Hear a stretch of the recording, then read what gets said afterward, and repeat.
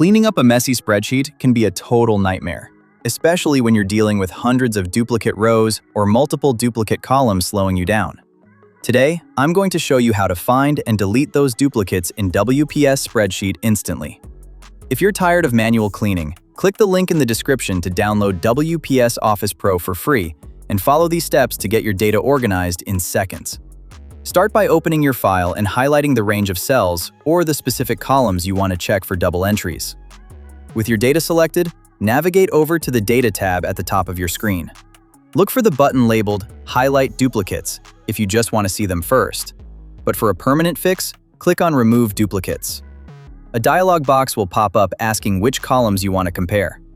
If you want to keep specific duplicates, learn how to customize the removal options, make sure the correct boxes are checked, and consider using the Keep First or Keep Last options.